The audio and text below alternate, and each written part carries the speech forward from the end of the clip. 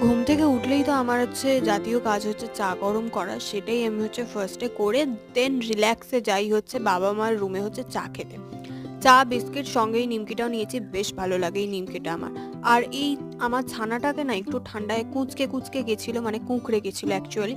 তো আমি ওকে একটু রোদ্দুর খাওয়ালাম। আর আমার ছাদের ছোট্ট বাগানটাতে দেখেছো কত বড় একটা গাঁদা ফুল ফুটেছে। আর এই ফুলটা কি আমি জানি না, বাট এর রংটা আমার দুর্দান্ত লেগেছে, যাই বলো আর তাই বলো।